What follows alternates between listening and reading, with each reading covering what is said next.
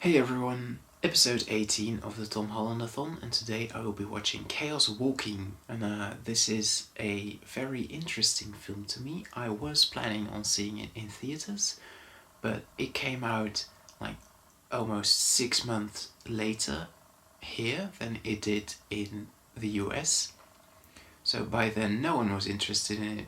There weren't any trailers, there wasn't any promotional material, no one was talking about it, and it also flopped in the US, so like not a lot of good things were said about this film, so no one saw it when it was in theaters here. I think it had like a 2 week run and then it was out of theaters again, so I couldn't see it, which is very unfortunate. I was planning on seeing it despite the negative reviews because it stars Tom Holland. It's science fiction, fantasy, something like that, I think.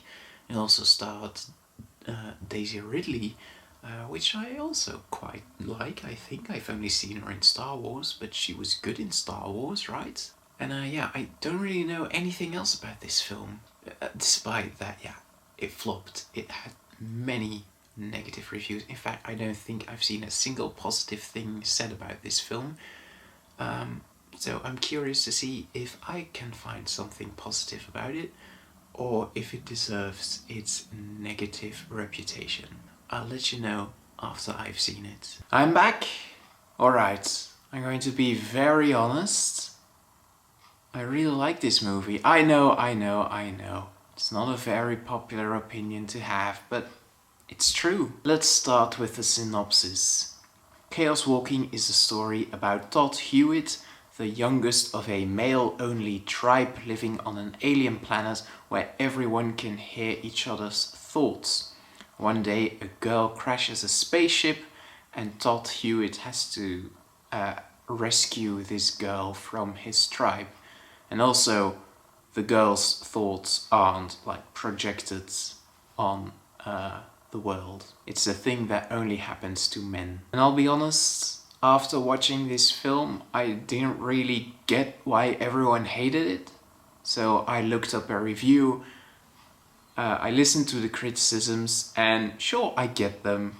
They just didn't really bother me while watching. The main criticisms people had was that the ending was an obvious reshoot, it was rushed, it didn't really fit in, it felt like nothing was resolved, etc.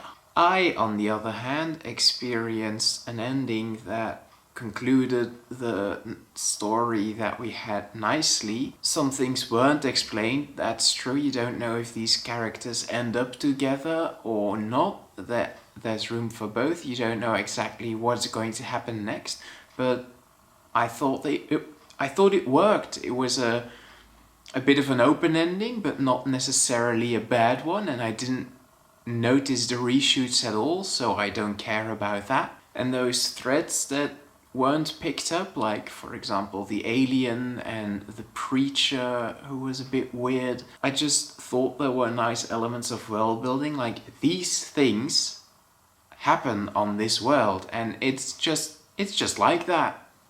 And I didn't think they needed to be explained anymore. I didn't think there needed to be a big story revolving around those aspects. I thought it worked well within the story that we got. And then there's also some complaints in the review about the talents of Daisy Ridley and Mads Mikkelsen going to waste in this movie because they weren't given a lot to do. I get that. I get the other criticisms as well. This is probably the one I agree the most with, but like, it's not that they were acting badly in this film. It's such a weird thing to me to say, yeah, I liked the thing that we got, but I thought it could have been better. Yeah, I like Daisy Ridley in this film, but I thought she could have done a lot more. I mean, sure, I agree. I can see how you think that. I would have liked Tom Holland's character to feature more in Dolittle. I wish Ewan McGregor didn't play a 2-second cameo in A Million Ways to Die in the West, but like, I even acknowledge myself in those reviews that it's a bit of a stupid criticism to have, right? But like, once again, I totally get it. I'm not trying to defend this movie or anything. I recognize the flaws. I just want to make clear that I wasn't bothered by them. So anyways, let's talk about the good parts, because I personally think there are a lot. Firstly, I thought the noise, spontaneous projection of the men's thoughts into the ether, I thought that was, one, a really cool concept that I loved seeing being explored, and two, I thought the visual effects were cool, and also the sound editing. There wasn't a single line where I was like, wait, is that something someone said or something someone thought? I thought there was a really clear distinction.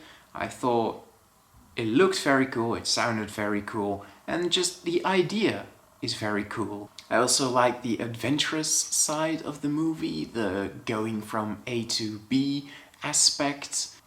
I like Daisy Ridley. I thought she did fine. Yeah, she could have done more. She could have been given more, but I like what we got. Some people say her character is a bit monotone and uninteresting, but like, I think it's very realistic that she would have been this secluded and like shy in a society of men whose thoughts she can hear at all times. Tom Holland was great. I wasn't amazed or anything. It's definitely his least interesting character in like the last 2 films, or 3 films if you include this one, but I mean, he's still Tom Holland. He's very enjoyable to watch. Plays once again a bit of an insecure teenager, just a classic Tom Holland role, and I think it suits him well.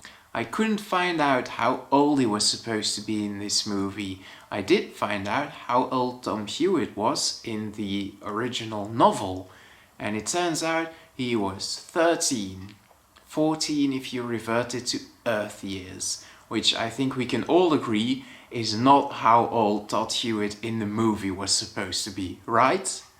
That guy is not 14. So I don't know how old he is. Maybe he's supposed to be 16 once again. But because I can't find it, I'm not going to add it to the graph, unfortunately. But hey, we have to work with what we got, right? So all in all, I thought this was a pretty solid film. I liked it quite a bit. Once again, I understand the criticisms. I see that it's a flawed film. But that doesn't bother me. I enjoyed it very much. I thought it was good. And that's why I'm giving it an 8 out of 10. Next episode, I'm going to talk about Cherry. So do join me for that. And I will see you later. Goodbye.